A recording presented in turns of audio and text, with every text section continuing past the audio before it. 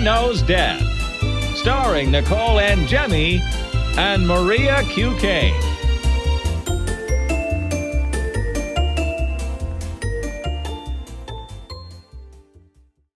Hi, everyone. Welcome to Mother Knows Death. We are so excited to announce that today is our first day on iHeart Podcast under the Elvis Duran Podcast Network. So let's get started with the story of the day. Yeah, we are so excited. Our first story today is out of India. So for about 2 to 3 days, this 23-year-old male was experiencing severe indigestion and he had some bloating. So when he went to the doctor, they did a routine exam and they found a live cockroach in his body. How? OMFG. This is seriously like a worst nightmare. I don't even want to see a cockroach outside on the street, let alone inside of my body. No, absolutely not. I mean, remember on our first episode, we talked about that spider that crawled into that woman's vagina? This is reminding me of that.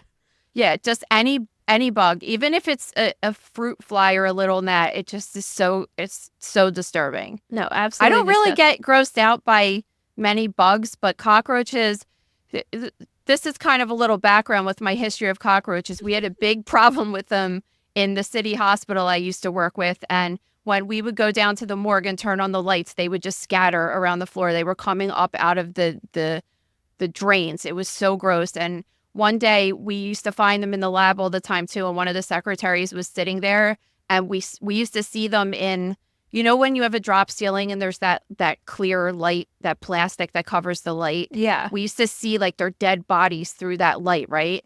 And that one day so we were disgusting. I know, it's so disgusting. And one day we were sitting there, one of our secretaries, and it fell out of the ceiling onto her jacket, and she started screaming so bad. She rightfully so.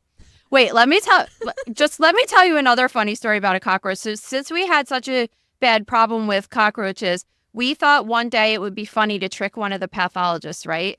So we took it into the lab and we made a slide out of it, and we said, so they do this thing called frozen sections during surgeries, which is when we look at things in pathology under the microscope, and then we call the surgeon back and let them know what we're looking at because it helps guide the surgeon's surgery, right?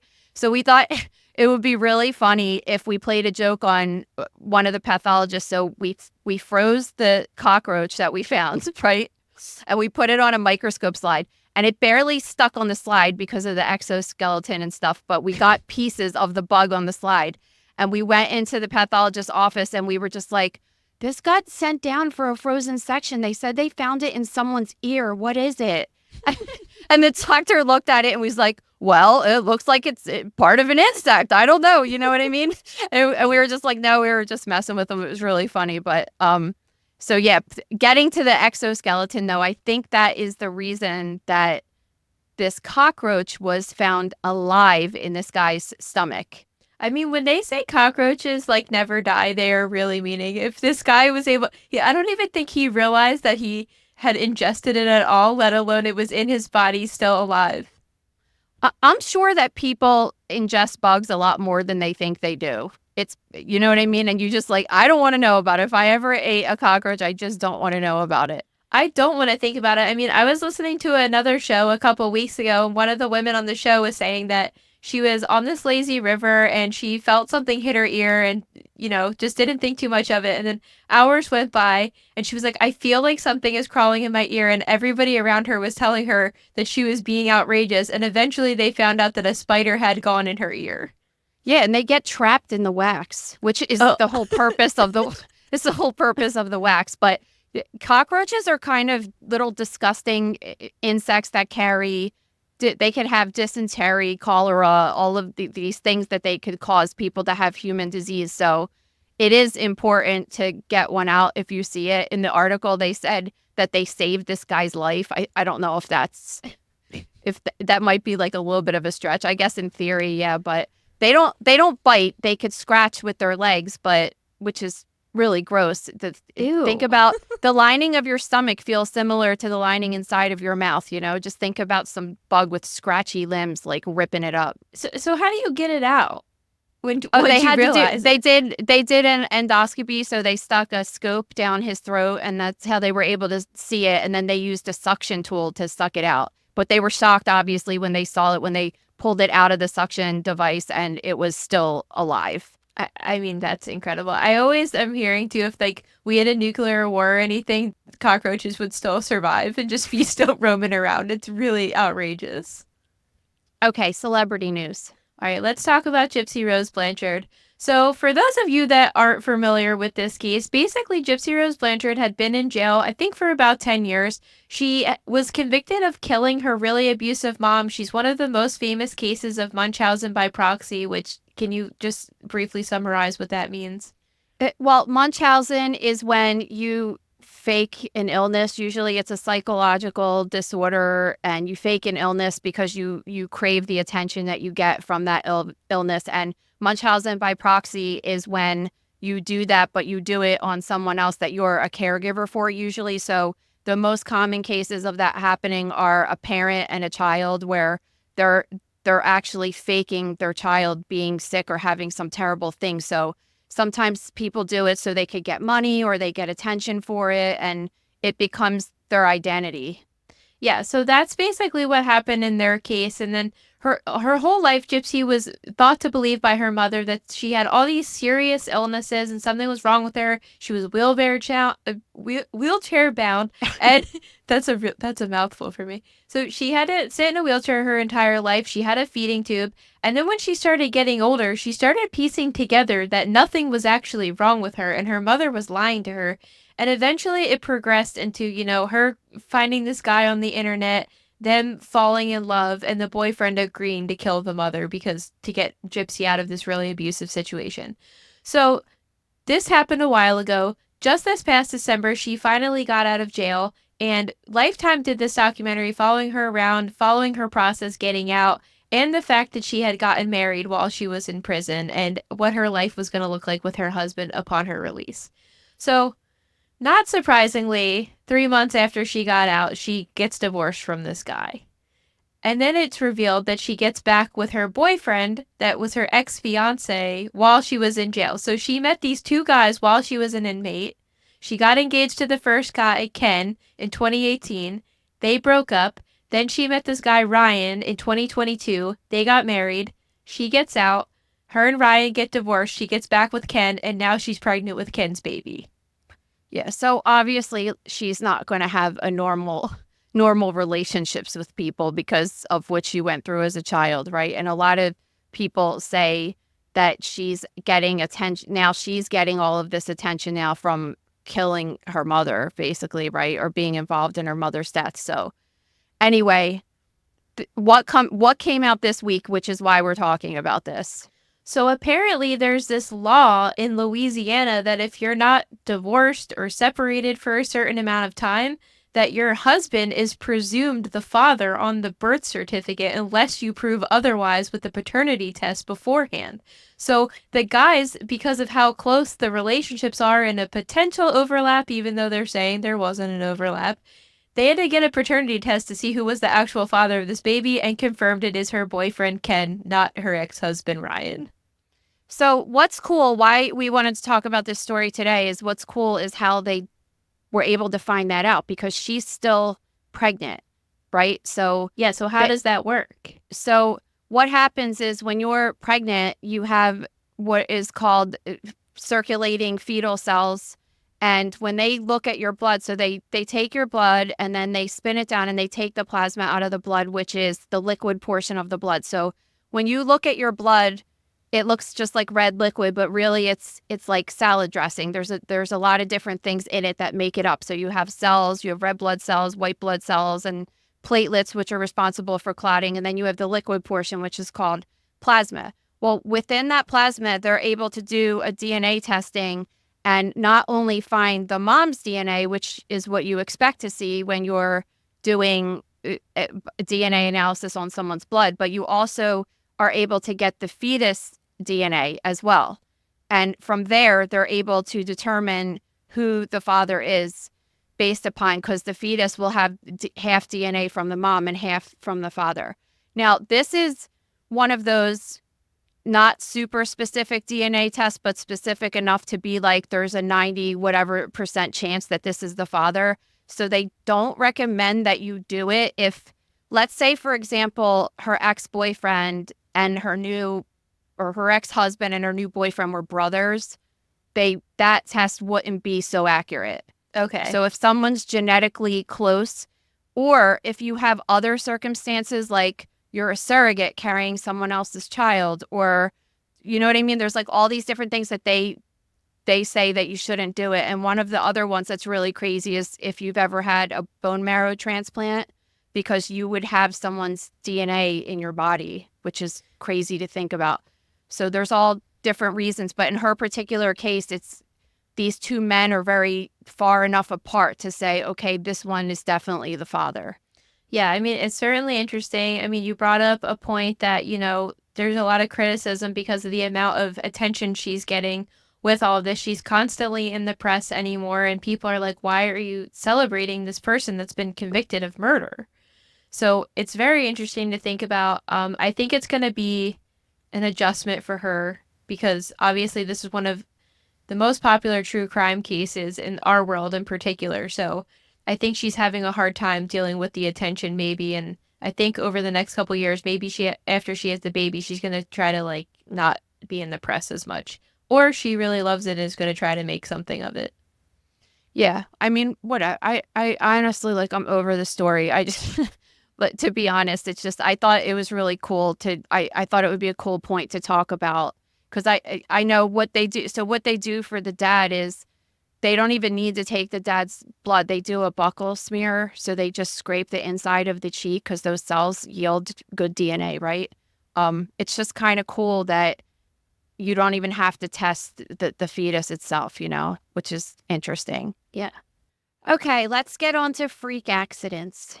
All right, so in Florida, this woman had a bacterial infection in her eye, so she had gotten prescription eye drops. It seems like this was the first time she ever used eye drops, so because of that, she didn't want to forget to try to heal her infection. So she set some type of alarm or reminder on her Amazon Alexa thing. So as she's half asleep laying in her bed, the Amazon thing goes off and is like, reminder, take your eye drops. So half asleep, she rolls over and pulls what she thinks is the bottle of eye drops and squeezes it in her eye. And literally, as the liquid is coming out, she realizes that the bottle feels different. And then once it hits her eye, she realizes she made a grave mistake because it immediately started burning because she really put nail glue into her eye. Oh my God. You know what? This is not the first time that this has happened. No. We had a case in the gross room, which is almost 100% similar. And the pictures are so disturbing of this lady that got super glue in her eyeball. Same exact thing. Thought it was her eye drops and put it in and woke up in the middle of the night, freaking out. It's always a person that's sleeping that wakes up to, oh shit, I forgot to put them in or something like that. And then all of a sudden they grab their nail glue instead. I don't know why you would ever have nail glue on your nightstand. It's just, I don't even understand why you would put it there. It should always be kept with chemicals somewhere. But in the picture, she's holding up the eye drops and the nail glue container side by side. And oh my God, they are kind of the same exact size. Yeah, It's disturbing. That's what I was thinking about. It's obviously, if you have a prescription, you should not put it near a bottle that looks the same. But why are they making the bottles look exactly the same? I've heard this many times before with super glue. I've also heard it with people putting eardrops in their eyes by accident. I don't know. Oh God. And so the ones that we use after we go in the pool are alcohol because they dry up the water in your ears. Could you imagine See, the two containers I have for those are different because the ear one has this really long neck that you wouldn't normally see. They probably do that on purpose, actually, because of the mix-up that people could have, right? Yeah. Oh, my God, that's so scary. So they recommend, ophthalmologists recommend that if that happens to you, you should flush your eye with water as much as you possibly can because you want to prevent the glue from bonding because then that's when you could really get damage to your cornea. Your eyelid could get glued together. In this case, she ended up being fine. In the one that we talked about in the gross room too, she had temporary lost vision, but she did regain it after healing, which is good at least because it's just so scary that something like that could happen. This next story just makes me want to throw up everywhere. It's horrible. In Thailand, this woman gave birth 18 years ago and since has felt lower abdominal pain. And it turns out that after giving birth, a nurse was stitching her up and left a needle in her vagina. Yeah, and apparently, so when they're talking about what happened, they knew at the time. So I'm assuming that she had an episiotomy, which is when, or if she just tore after she had a baby. So sometimes the perineum, or the skin and soft tissue in between your vag and butt, can rip sometimes when you're having a baby, or sometimes they cut it to let the baby's head come through, and they would sew it up afterwards. So assuming that's what happened, they said that she dropped the needle in her vagina. It's not a bottomless hole. I don't understand how it got lost, right? But they said that they were trying to get it and they couldn't get it. And they had to finish up after surgery. So they just decided to close her up with it in there. So they knew it was in there and they left it in there. I mean, they're trying to... It kind of just doesn't make sense to me because, like, how big, you know what I mean? Your vagina's just not that big if you couldn't find it. Like, I don't understand. I mean, they're trying to defend their actions, saying that they had to do it to prevent further complications, but now you're giving her lifelong complications anyway. So what are you talking about? Yeah, and any physician knows that a foreign body your body's going to react to it terribly. And, you know, anytime your immune system sees something that it recognizes as foreign, it attacks it and tries to get it away because it sees that it's bad and it's just like, oh, bad thing, I'm going to attack it. So you would never intentionally leave something in someone like that because of that potential complication. I don't even understand. The whole story is kind of weird. So I guess she finally went and they did an x-ray and they saw it. And then they said they couldn't get it out because it kept moving, which, yes, you can. Just... I don't know. The whole thing's so crazy, but the woman in the picture is now it looks like it is from this case, this woman. It's not a stock photo. It's this woman holding up a picture of some kind of imaging with a circle around something, which we are assuming is this needle that's migrating through her body. But underneath the photo, it says pylorus. What is pylorus? Your pylorus is a part of your stomach. So did it get all the way up there? I don't understand, like, what's happening here. You know what I mean? It just doesn't make any sense. It would actually make more sense to me if she had a cesarean and somehow they left something inside of her and then it migrated somehow up into her stomach. That could have made a little bit more sense. So the whole story is kind of weird, but bottom line is whenever she was having childbirth, they left some kind of sewing needle inside of her body. Oh my God. And it's 18 years later. Yeah, and she got an x-ray last year confirming it was still there, which is like I don't know if they're trying to blow her off and say she's making it up or something, but there's proof it's in there. And I feel horrible because they keep scheduling this procedures, and like you said, they just keep saying, oh, it moves around, we can't do anything about it. Like, you can't just let this lady live in pain the rest of her life. Yeah, like, do the imaging and then do the surgery right away. What are you talking about? The whole thing is so outrageous. It's very bizarre. Okay, just a couple weeks ago, these two women had been married, and about a week after their celebration with their families, one of them was mowing the lawn on a ride-on lawnmower. So suddenly, the mower slid down an embankment, which then ran over her foot and her leg. Oh, that's terrible. We had a story a couple weeks ago of a guy... He was a senator or something, or some kind of person. Yeah, a Kentucky senator that ran the lawnmower into an empty pool. Yeah, which we were talking about, like, what would happen in that situation. And she slid down an embankment and the thing toppled over on top of her. And it's essentially like a quad with a blade underneath of it, right? A huge blade. So... And if it was still running, it's gasoline powered, like, the chances that it's still running and it injured her so bad that she had to get her leg amputated below the knee. Oh my God. Absolutely horrible. I mean, it's only fortunate that, like, her wife was there and neighbors were around so that somebody was able to help her immediately, because what would you do if that happened and nobody could hear you screaming for help? Well, one of the outrageous parts of this story is that one of her neighbors ran over and took her shirt off to use it. She's, like, running down the street with a bra on, like, trying to use it as a tourniquet on her leg, which was cool. She's like, some of the neighbors were ripping their belts off and stuff, and Also, by the I way, mean, they did save her life, so they did a good job. And by the way, they just bought this house, so it's not like somebody, your neighbor that you've been friends with for like 10 years. This was a brand new neighbor. This is an awesome friend to have. Right. And also that you buy this house and it seems like obviously it has a lot of land and you're like, oh, I'm going to take care of it and stuff. You think that chick is ever going anywhere near a lawnmower again? Like, No. hire a service. No, seriously. Okay, true crime. So in Florida, this 14-year-old boy had started using this app called Character AI. So on this app, you could apparently either create characters or interact with other ones that have been created to have this human-like interaction with this AI bot. So this boy goes on this app and was interacting with this AI version of a Game of Thrones character and ended up forming this romantic relationship with this AI bot.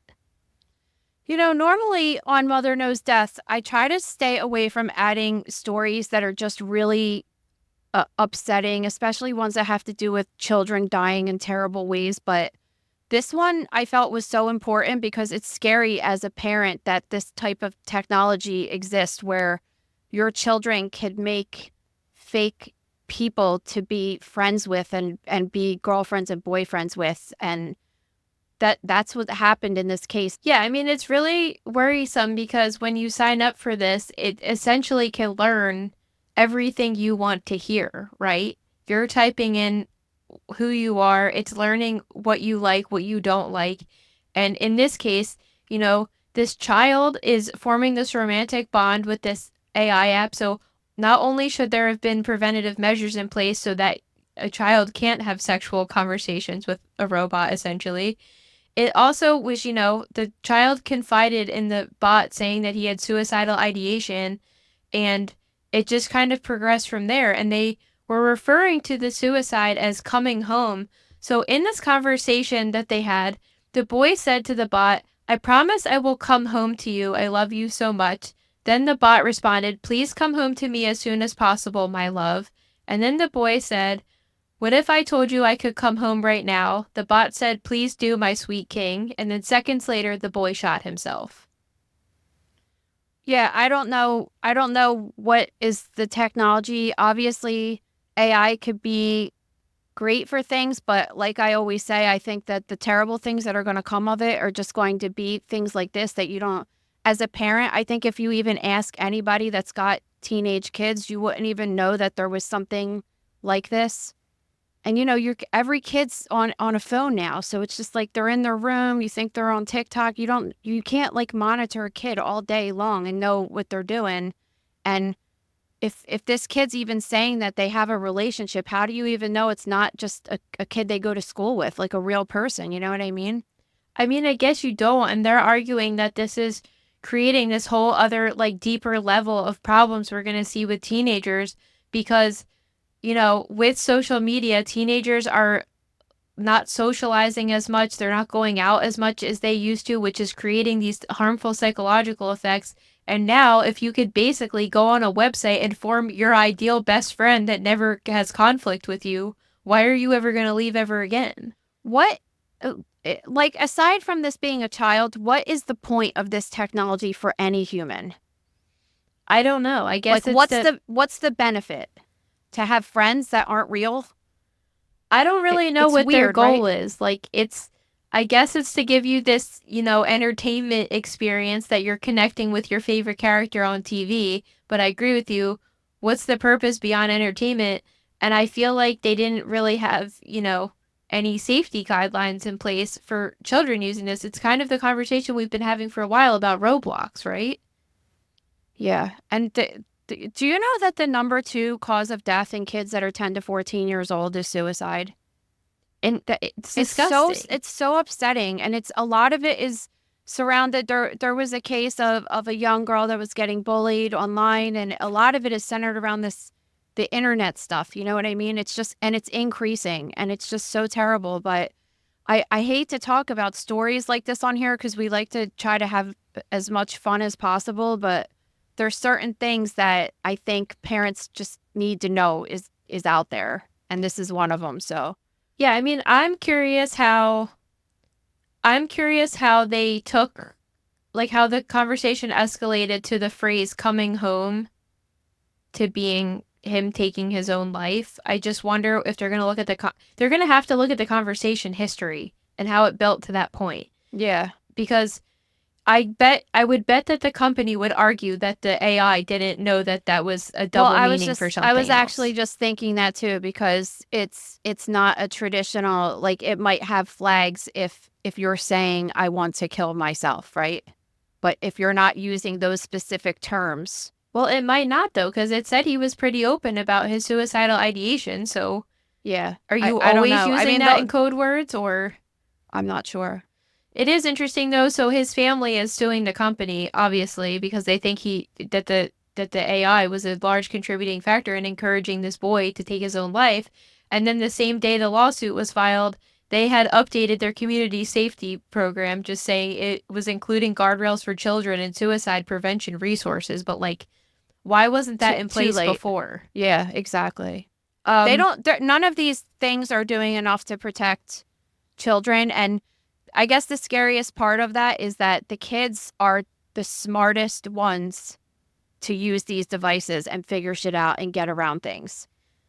They're way smart. Is that why they're smarter than the adults to get around things? I don't know. It's just, well, they could be. I think also a big argument this article had was that children's brains are not fully developed. So, like, they also don't know how to differentiate, like, fantasy from reality, kind of. So, like, is something in their brain not like, this isn't a real person, I shouldn't be taking their advice seriously because it's AI? I think this is a huge I think this is, just the beginning of major problems we're going to start seeing with AI. Yeah. All right, let's get into something a little bit more lighter, like a guy keeping his dad dead in a freezer so he doesn't have to move out. Yeah, totally light. So a few weeks ago, police got this online tip that this man had his father's body in his freezer, in a freezer in his backyard on the property. So police immediately went over to the house, and the son obviously would not allow them to come in. They didn't have a search warrant or anything at the time, and he was like, well, that's weird that you'd even think that because my dad died 4 years ago.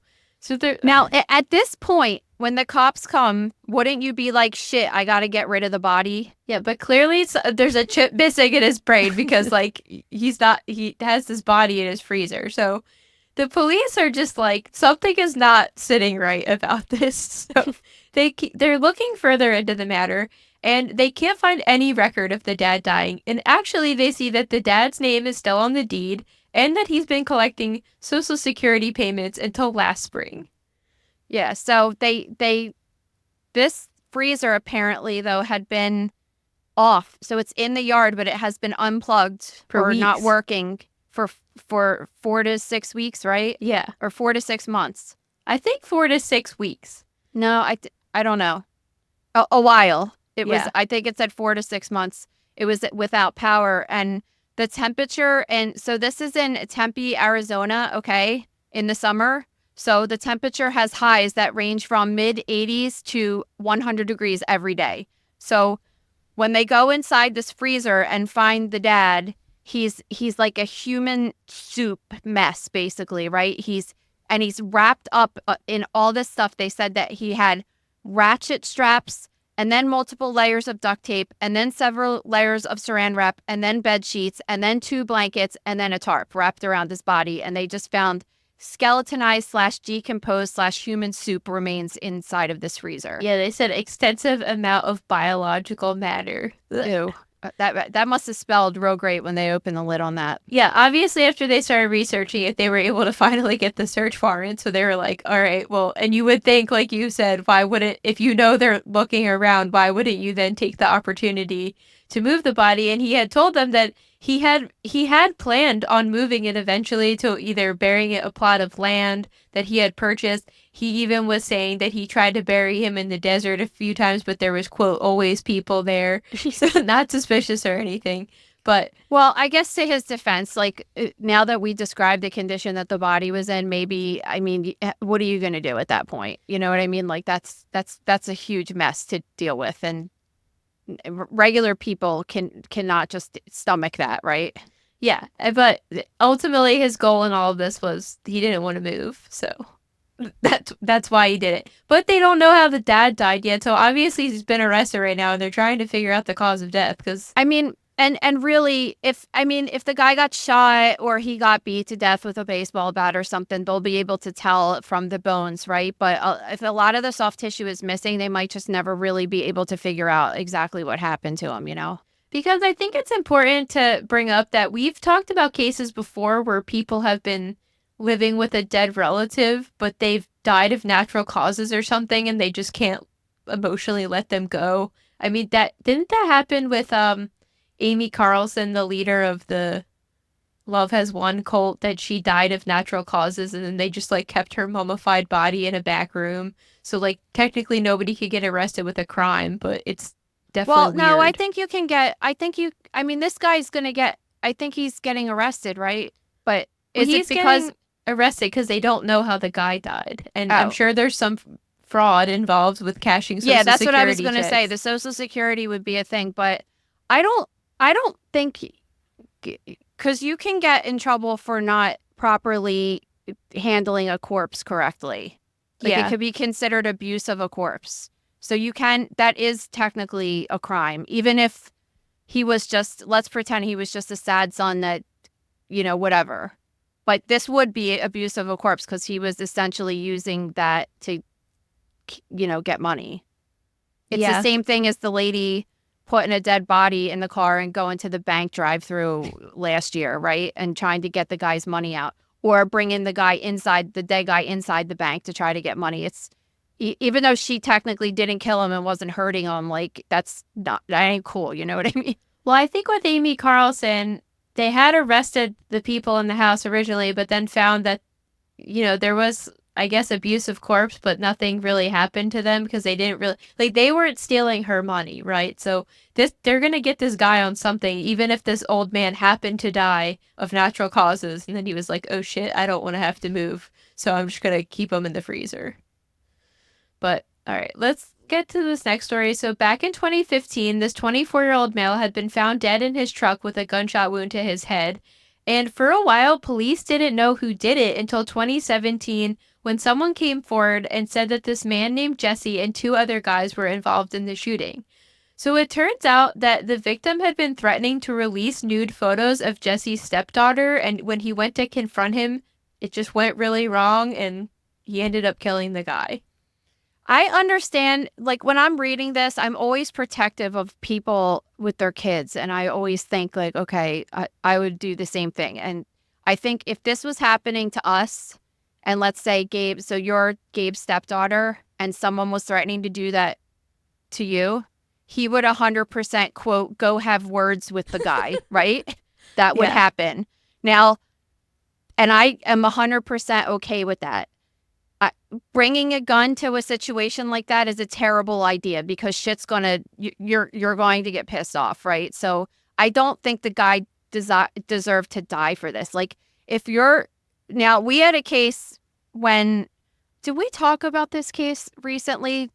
It just, a dad killed somebody because he was sexually abusing the child or something like that. Or it was within this year. I know that it's been in the news. I just don't know if we covered it. In those cases, I'm completely fine with that, honestly. If somebody ever like sexually abuses a person or anything like that, then do the vigilante shit. I'm totally fine with it. But did a guy deserve to die over pictures? Like, I mean, I think this guy's okay with it. He's smiling in his mugshot. He just got sentenced to 40 years in jail. So, oh yeah, he's hype. He's like he thinks he did something good. I just think that's kind of it. I understand you get pissed off about it, and it's not cool that somebody would do that, but that's not death worthy. You know what I mean? yeah. This episode is brought to you by The Gross Room. Guys, we've been talking about the Gross Room a few times this episode and every episode because we have a website where we show all of these cases, but we also show the photos and the videos that go along with these cases, and we describe what's happening, teach some anatomy, and we also have a really great group of members that we all can talk underneath of the post and share our own personal stories. So it's just a really awesome place. And guys, The Gross Room is only $20 for 1 year of gross, so head over to thegrossroom.com for more info and to sign up. All right, medical news. All right, so back in 2011, this guy started having health issues and noticed that his belly began to grow. Initially, he was diagnosed with type 2 diabetes and obesity. So he said over the course of a couple years, he kept visiting doctors. They kept blowing him off, telling him he was obese. They even had him take nutrition classes and then prescribed him Ozempic, which made his face and his arms and legs get really skinny, but nothing was making his belly go down. And why was that?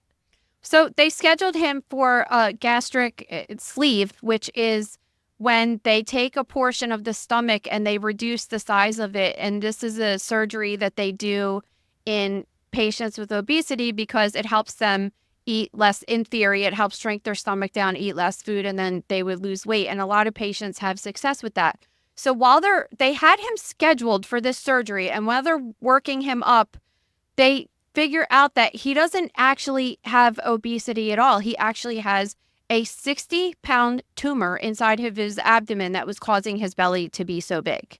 Oh my God. I don't something understand. like this?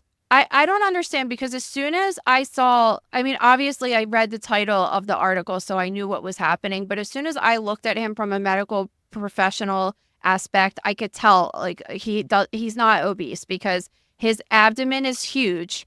I mean, huge, huge, huge, like pregnant with quadruplet looking huge. And his arms and legs are completely normal size. So especially, I mean, maybe at first, if he was heavier, then that would have been hard for them to determine. But especially after he lost all that weight from being on Ozempic and his belly did not reduce in size, but his arms and legs and face did.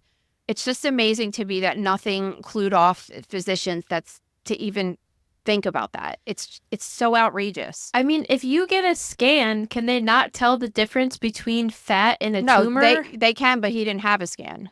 Yeah, and well, that seems like total negligence. That could be, yeah, but if they think someone's obese, they're not just going to do a scan. Like, why would they? I guess my argument is because he kept going back and being like something isn't right. You're not understanding. So why wouldn't they just do it to rule it out? I don't know why, but that's not like the normal protocol is if you go in and you weigh a lot and they diagnose you with obesity, they give you these medications. I mean, that's normal, but on physical exam, I would think that they, when you go to the doctor and you lay down and they push on your belly, this is what they're looking for. They're trying to feel if you have a hard ass tumor inside of your body. That's why they push on you, right?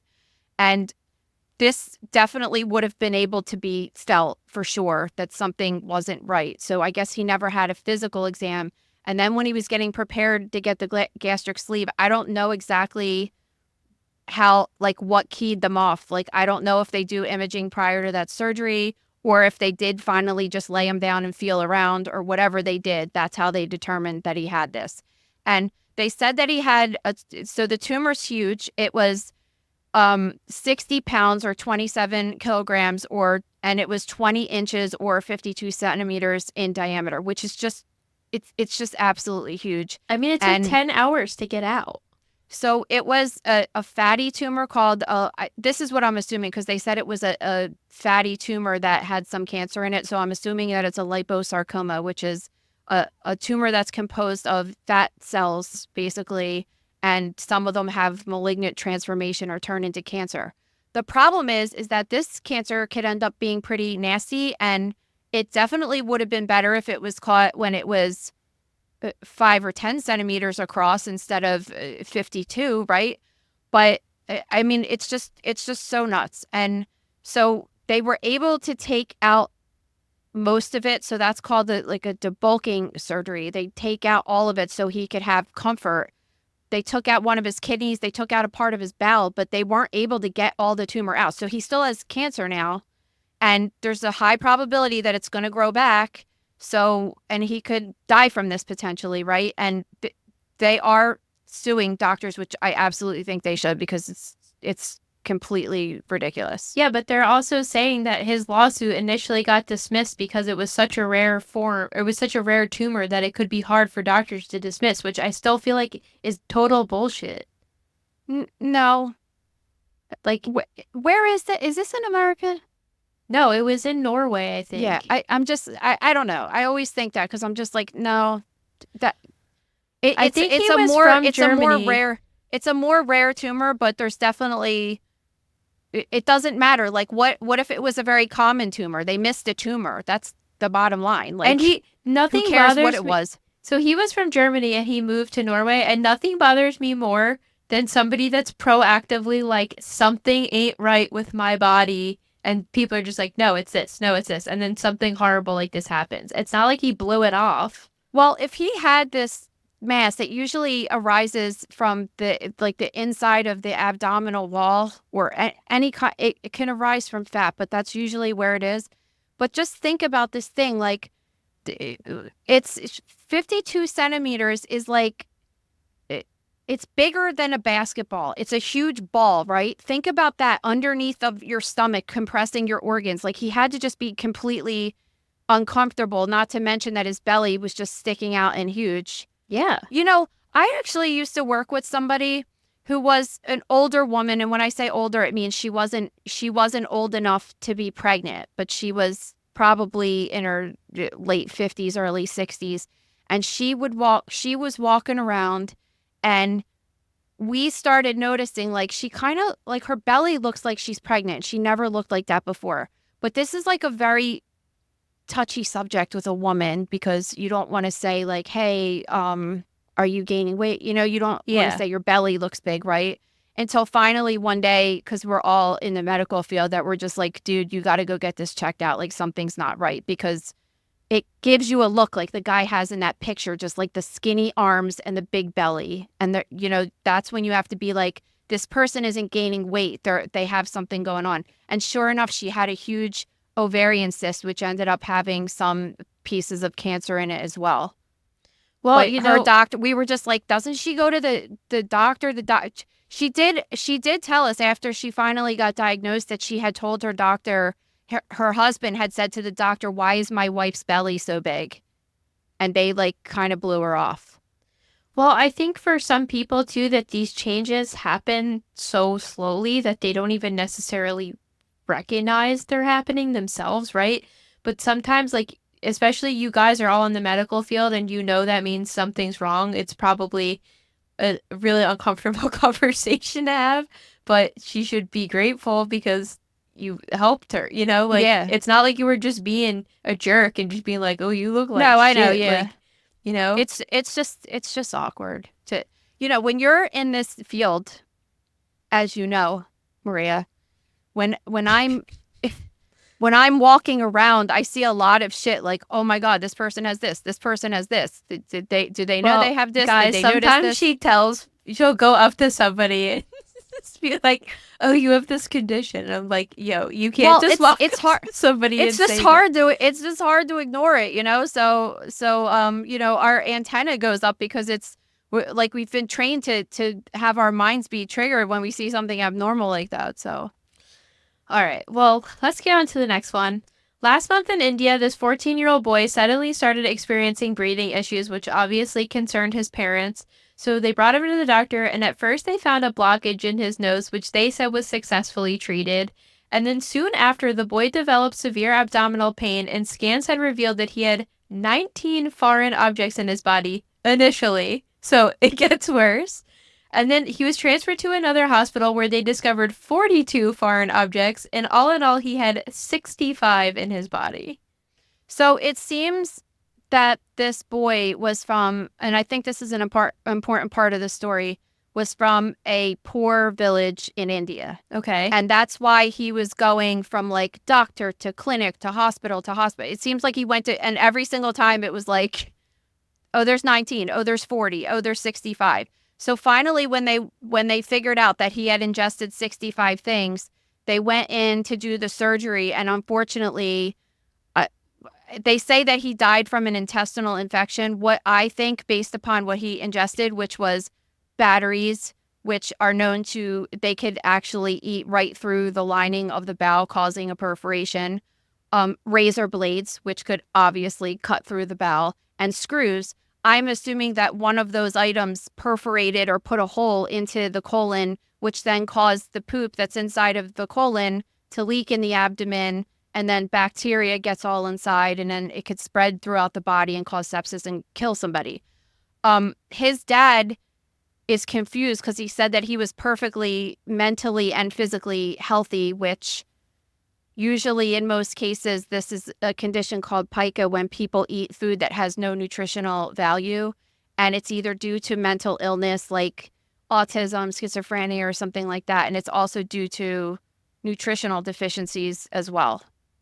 So I would argue that he was not okay, obviously. Yeah, and I mean, imagine each set of doctors he went to. So it's like first they think there's 19 things, which is a lot. And then they open them up and see there's even more. And then to find out in total, it ends up being 65 items. It's insane. Like, I would be freaking out if I swallowed one thing by accident. But we've talked about on the show a lot, you know, we had that woman that ate like an entire box of crowns, right? Those are the coloring wax for people that can't. I know. I was like, understand our accent. You're going to get in trouble for that one. Someone on the Instagram was making fun of our accent the For way we forehead? were saying for forehead. And I'm like, what are you supposed to say? Forehead? Like, I don't know. Listen, Forehead? the Philadelphia South Jersey accent is a unique one, but you're just gonna have to deal with the best it. one. I'll never forget when I never really knew anything about it and realized it. And the very first time I was going to some cytology conference when I was like 20 years old, and it was in San Diego. And I go to the front of the hotel to check in, and the person behind me was like, "Are you from Philly?" And I was like, "Yeah, creep. Why are you talking to me?" You know? He's like, "I could hear it in your voice 100%. And I was like, "Really? I thought I talked normal. I guess not." It's funny. Yeah, I mean, the funny thing for me is this show came out a couple years ago called Mayor of Easttown that was set in like Delco, and you know, Kate Winslet was trained by a person to do a Philly accent. And while she did go a little too far into it, but Delco is a completely different accent. People were like, and we do don't not have that one. No, people in Delco were like, we don't sound like that. I'm like, you do. Trust me. My husband partially grew up in Delco. He has it really bad. We have the worst South Jersey accents. Like, it's very strong. So you're just going to have to get over it. Get back to the person that was eating crayons. They were eating crayons. And then we had another case of a woman that ate, 72 pieces of silverware? Yeah. And we have kids that eat hair all the time, and just there's a lot of different conditions. One thing to note that's interesting actually is that it does commonly happen in people that grow up in low socioeconomic situations like this kid, and they don't really know what the correlation is, but they think it could be a combination of the poor nutrition that they have, and also just it's kind of a coping mechanism. Like, a lot of people eat these non-nutritional items to reduce stress, so that's why I thought it was important to say where he was from. And also, if he was from a more populated area and went to the hospital originally instead of being sent to a couple different places before they finally did surgery on him, he probably would have survived this. In the lab, I've gotten, it's weird. I used to have this patient that was schizophrenic, and we would get things that he swallowed every single week, and it was crazy shit. He, like, tips of knives. Like, the dude sat there and cut the tips off of knives. It was so crazy with shards of glass and screws. But they would go in, endoscopy, take them out, and that's it. And then we would get them, and then he'd come back the next week, and it just kept going and going. But usually you don't have to die from this if you get adequate medical treatment, you know? What do you think his medical bills looked like if he was coming to the hospital and having to get endoscopies like every single week? No, God, I don't even want to think about it a lot, but hopefully he has insurance. All right, so a 51-year-old man went to the emergency room with some pain in his penis. He had a history of PTSD, antisocial personality disorder, and self-mutilation. So it turns out that he was inserting batteries, paper clips, and eventually they found out toothpaste caps into his urethra. Do you know what urethral sounding is? No. It's kind of an autoerotic thing that people do for sexual gratification, that they stick foreign objects and tapers and things up their urethra because they said that it feels good. It's more commonly done in men than women, but this may be a case of it. There's also other reasons that people do it. Like, this guy might not have been doing it because of that, because he has all of these other things going on. He might not have been doing it for sexual satisfaction. Satisfaction. Why can't I? why can't I talk today? But yeah, so that's what happened. He's done this before, by the way. And when he went to the hospital this time, he was begging staff to put him in restraints to control his impulsive behavior to want to self-mutilate, which is so sad. It's really, really sad.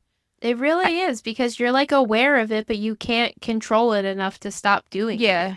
And I don't know why he has PTSD. He has antisocial personality disorder and stuff. I know that they gave him some kind of medication to stop his impulsivity, and hopefully that helps him. And he ended up getting released. I don't know if it says how long he was in the hospital, but they took it out. He had some kind of irritation to his urethra, obviously from sticking items like that up there. But we have cases in the gross room of people who were doing it for sexual pleasure. And we have one case of a pencil, and that person got the pencil up inside their bladder, and it was there for a long time, that a bladder stone formed around the pencil. We have one that someone stuck a fork in their penis. Oh a cable my God. we recently did. And we had the one with the hairpin. That was from a female, actually. Ew, which it skews me out so bad. it does for me too, because it's a pin. I guess it's a hairpin, or it's a pin. It looks like a sewing needle with a pearl on top. I don't know what they're called. I think guess they're you just wouldn't use that in pins. your hair. No, I think But- they're just sewing pins. Yeah, but They have the thicker end on, so it doesn't go through the fabric. Okay, I don't know, but I think they're used for scarves or something. You know what I'm talking about? Like those really huge ones. I have some of them up in my bedroom. Oh, yeah, I know They're what you're for, like, talking a about. scarf For like or a to scarf or a brooch or something. Yeah. Like Okay. it's like a huge pin with a pearl on top, which makes it so disturbing. And the woman just said that she enjoyed sticking it up there. Oh my God, it just sounds terrible. But yeah, it's a thing. Yeah, not for me, but I guess for some others. But he was discharged to a long-term psychiatric facility, so hopefully there he could get whatever help he needs to stop doing this. Yeah, that's terrible. All right, I'm curious about your opinions on this next story because you've had kids in the last 10 years. You're gonna know my opinions on this. We should start like a series trying to guess, because you just know how I am. Go All ahead. right, so a 26-year-old new mom has been facing mixed reviews after posting a TikTok telling her mother that she shouldn't kiss her newborn baby.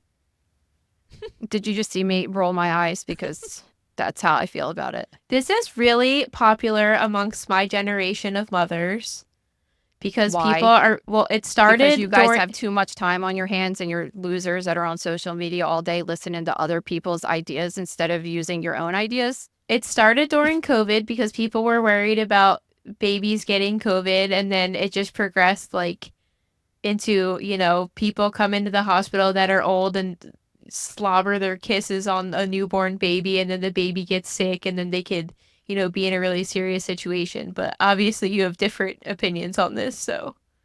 When I had you, I remember that when I took you home, the doctors said that we should keep you in the house for a month after you were month? born.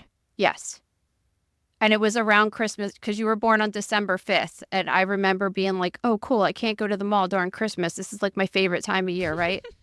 But it makes sense. I understand the theory of it, because a baby doesn't have a very strong immune system. They can't fight off everything. They haven't formed an immune system enough. They only have like leftover from when they were inside the mom, right? And they're not old enough to get vaccines and all this stuff, and little things can get them sick. So that, I remembered that when you were born, so you're 30 almost, when you were born, that was a thing. But then when I had Lillian and Lucia over 10 years ago, or around 10 years ago, that doesn't seem to be a thing anymore. People are like, I see people out all the time with a baby that just came out of their vagina. They're like, oh, I just had the baby on Tuesday, and it'll be like Saturday or Sunday. You're just like, what? Yeah, You're I out see with this baby in public right now. I see a lot of my neighbors walking around with like real, like total fresh born Well, yesterday newborn. You can walk around like the neighborhood and stuff, but just to be at the mall, or like that to me is a little, like, I do understand the caution of it. But I also think that there's a certain level of like bonding with the grandparents, and not just grandparents, but just with the baby in general, Because I think that there's like this weird control thing that your generation has. It happened with the mask and everything during COVID. It's like, well, then do they not kiss the baby either? They don't kiss their baby. Nobody kisses the baby. Is that what or it's just like you're controlling who can do it? Like, I don't like that. I don't like it. And also, it obviously, like, if your mom has a giant herp on her lip, be like, yo, maybe like keep that away now. Well, I right? think for me, this is where it would be a problem because I think I have certain members of my family that would knowingly be sick and do it anyway because they can't help themselves. But if they're holding the baby, it doesn't. They're not. No, I'm saying like holding the kid, the fresh kid that I just delivered, and like kissing them on the mouth, which I don't really think people should be kissing babies on the mouth. Anyway. Is this what we're talking about? Kissing a baby on the mouth? Like kissing a baby on their face and around their mouth. Because I'm thinking about just like holding a baby like in your arms or on your lap and just kissing their head. Well, like who kisses them like on their mouth? People do, trust me. It's been that just shouldn't happen anyway because that's just weird. I think kissing them on their head is like chill out. Like they're just kissing their head. It's the same thing as holding them. But like there are certainly people that kiss babies like really close to their mouth and on their like all over their face, and it's like you shouldn't be kissing a baby like that. That's not your baby. Like it's weird. Yeah, I don't know, but. I get the theory of it, but I think it's the same as every other theory. I mean, if you want to do that, then it's like people will never have sex anymore and people just like will never leave the house without a respirator on. And like, come on, just live a little.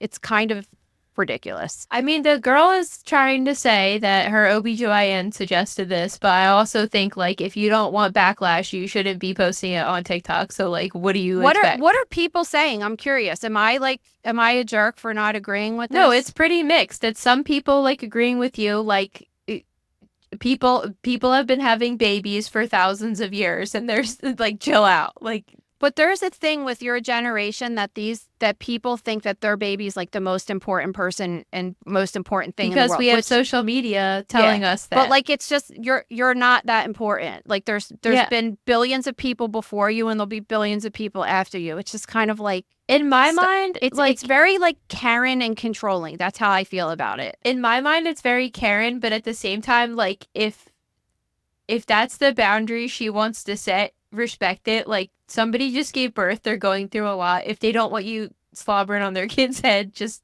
chill out and just don't do it. Like it's not that big of a deal.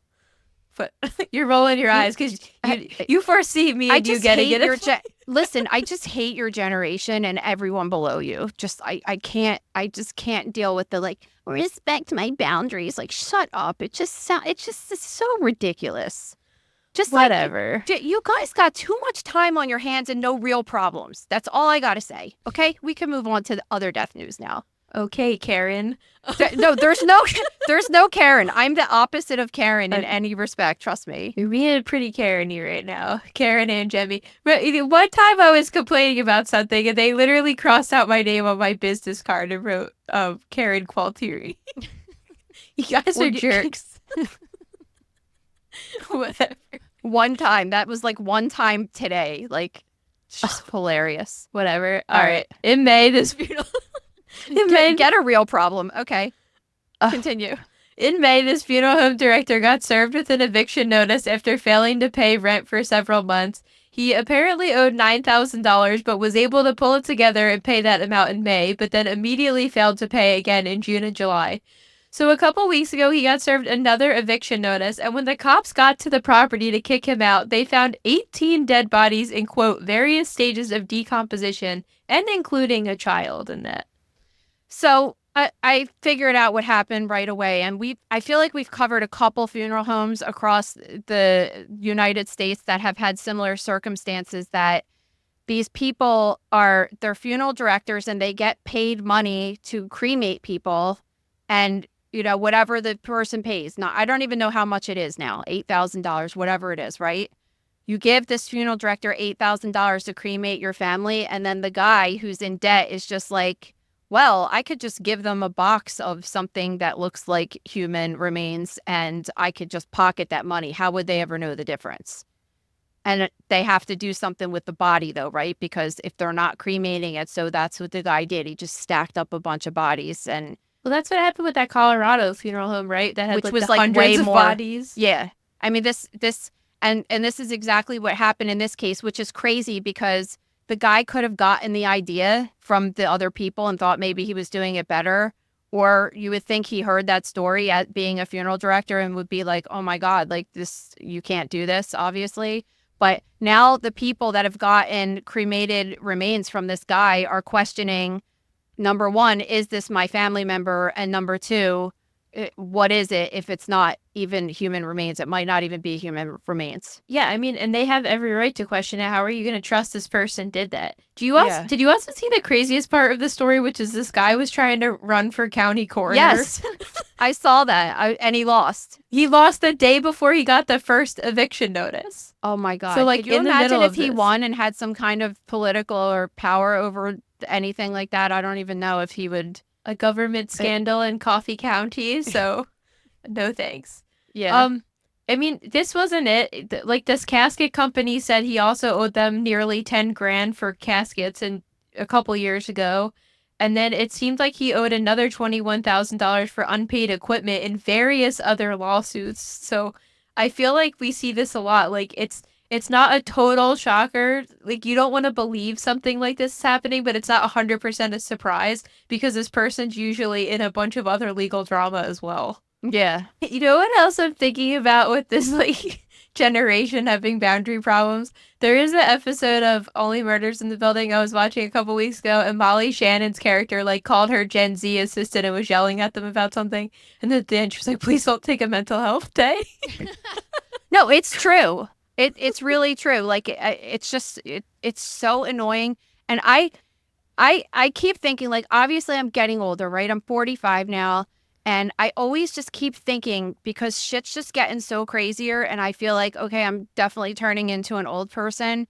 I keep thinking about my dad and my father-in-law and my neighbor across the street and everybody that's like 75, 80 years old, how they must feel, because I can't even imagine growing up in the 50s as a child and being where we are today of this, like, oh, I need to take off because I need a mental health day and all this stuff. Like, it's just like we're creating this environment of weak individuals, I feel. I don't know. It's reminding me of There's no like resiliency anymore. With a kid's school nurse last year, anytime they'd Oh my God. anytime they'd like hit their arm on the wall or like, you know, like super like scrape their knee, she'd call you and be like, hi, I just want you to know. I felt like I was being kind of a dick because I just wanted to be like, can you please call me with a real problem? Like, this is your job to kind of not bother me with this. Like, well, okay, my kid scraped their knee, thanks. Like, but she would ask you like every time if you wanted to pick them up, and you're like, for what? And you have to teach the kids too. You can't just go home every day you like get a paper cut. Like, what kind of environment are they trying to raise these children in? I don't know. I can't.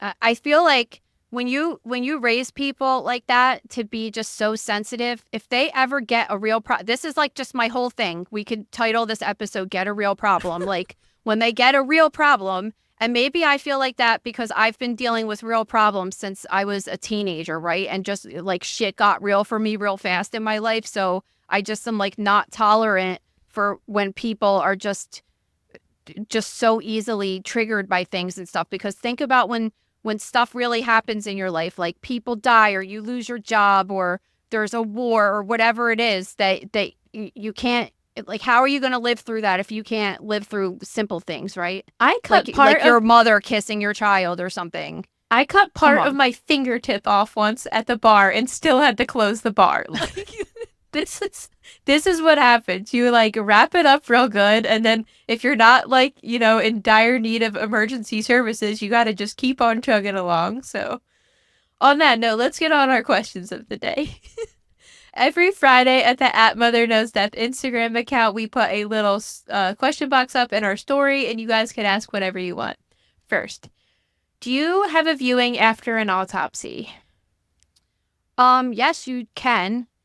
I would recommend if you were getting an autopsy on your family member that you tell them that you're planning on having a viewing. But the way that I was taught was to just always do the autopsy incisions so they can be hidden if the family ever decides that they want to do a viewing. Even if they tell you that they're cremating the body, you should still just do the incisions the same exact way all the time.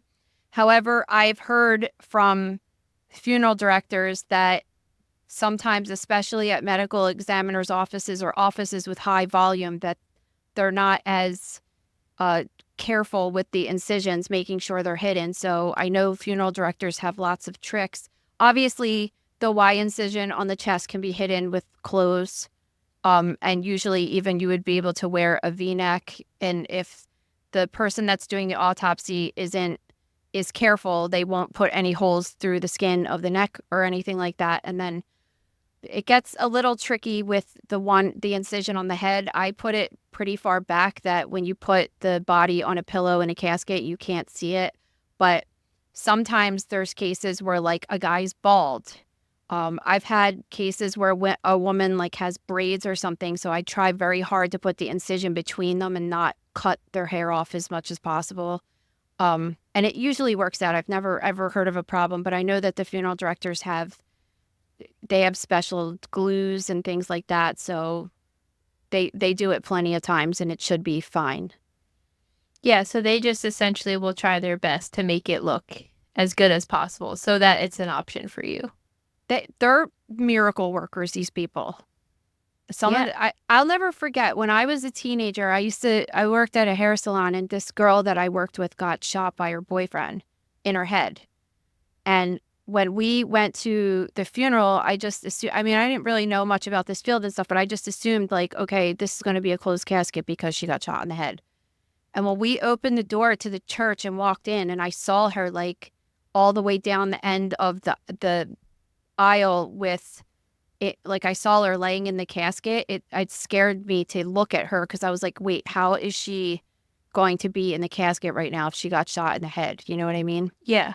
And it was really amazing, like what they're able to do, you know? And now like I know that doesn't necessarily always cause a ton of trauma too. So, but at the time I didn't know. And but yeah, they have makeups and all different sorts of tools to be able to make the person look as they did when they were alive.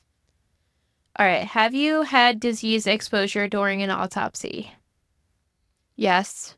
I've cut myself a couple times. I remember one, it was terrible. I was doing a Hep C positive patient and I don't know if you remember this, Ree. I was doing, I was trying to go out with my friends after work.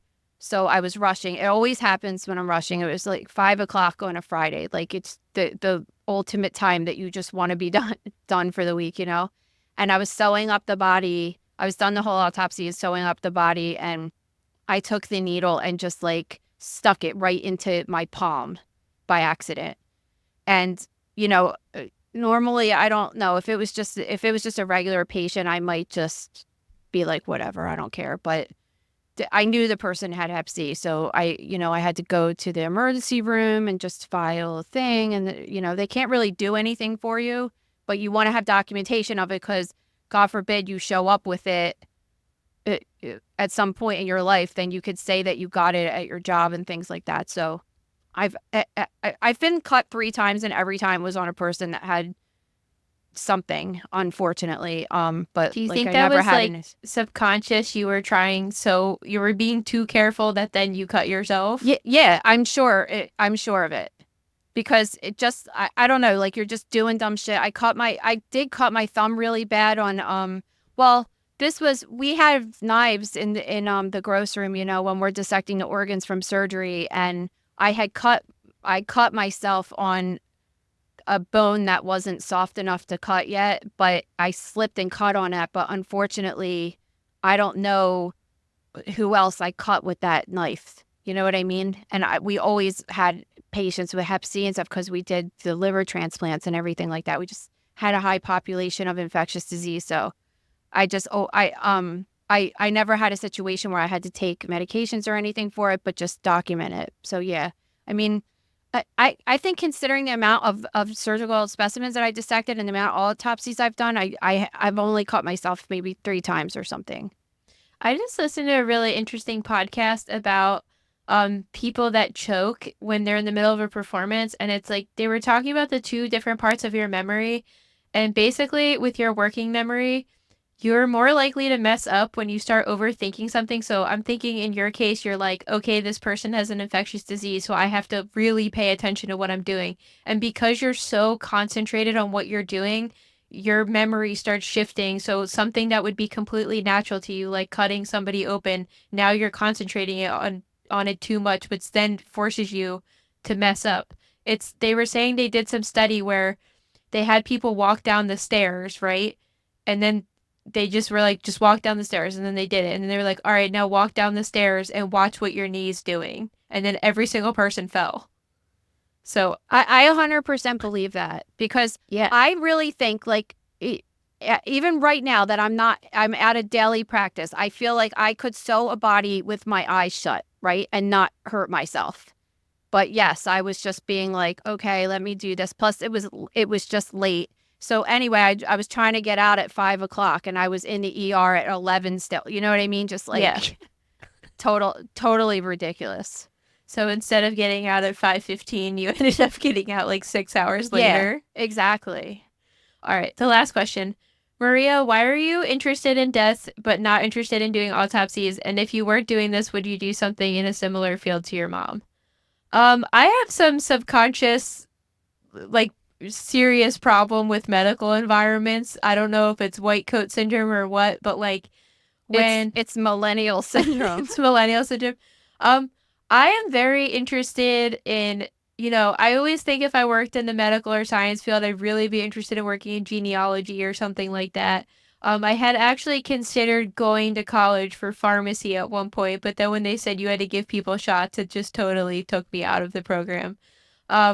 Something deep in my brain just does not like being immersed in a medical environment, and I don't know what it is, and I've done lots of therapy trying to figure out what the root of it is, but I am interested in it. I don't know. It's because she saw an autopsy when she was like 13 years old, probably. Yeah, I mean, I'm certainly not against it. I find it very fascinating. I find when we're working in the gross room or doing stories for this show, I'm totally fine and comfortable talking about them. But if I was immersed in these situations, there's just no way.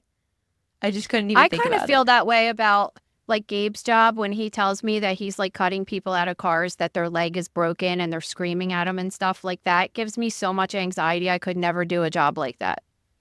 Yeah. Not because I'm skeeved out, but obviously not. Like, give me a dead person any day. But like when someone's screaming for their life and stuff, I would just be so nervous and not be able to perform, I think. I don't know. Well, I find it funny because people, when I tell them this, they're like, don't freak out or don't be queasy. Like, I don't want to freak out or be queasy. Like, it's like, trust me, it would make my life so much easier if I didn't feel that way. You just can't control certain things. Like, you have phobias for a reason. It's like something deep in your mind you just can't control. So, I don't know. I am very interested in the sciences and medicine and everything. I think if I were to pick a job, I would try to go into something like genealogy or DNA related. I was thinking that when we were talking about the Gypsy Rose case, like you would probably do good working at one of those reference labs or something that do the DNA testing on cases like that. Yeah, I'd love doing something like that. You wouldn't have to have any interaction with patients. You would just get a tube of blood and a smear and do the lab work there. Or you could even be a genetic counselor and not have to do the actual lab work and stuff too.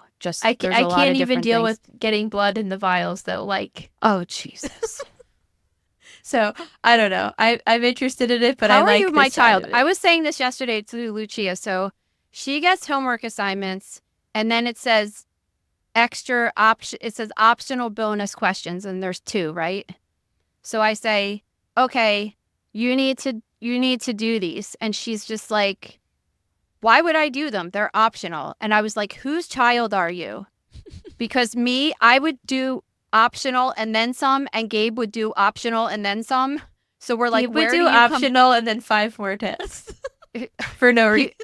for no reason. They would say, stop giving. They'll say to my husband, we make fun of him all the time in school because they'll just say, okay, you need to write 2 paragraphs on this topic, and he'll hand in like a 128-page dissertation has a hardbound book cover that he had produced at Staples and stuff. And I'm like, dude, you got to chill because your professors might get annoyed by that shit, actually. They're like, but we anyway, asked for a 3-sentence bio and you just gave us a memoir of your life. And he does it all the time with us, too. Like, hey, do you got a picture of the cat? And then it's like he sends 700 pictures. It's just extra. But the point is that we're both extra. And Lucia just is like, why would I do extra? So same with you. How are you my child that you don't even want to touch blood? Like, well, what? Maybe having too much exposure to it made me turned off to it. So look to yourself for that answer. All right, guys. Thank you so much. If you have a shocking story, please submit it to stories@motherknowsdeath.com. We would love to hear everything going on in your life.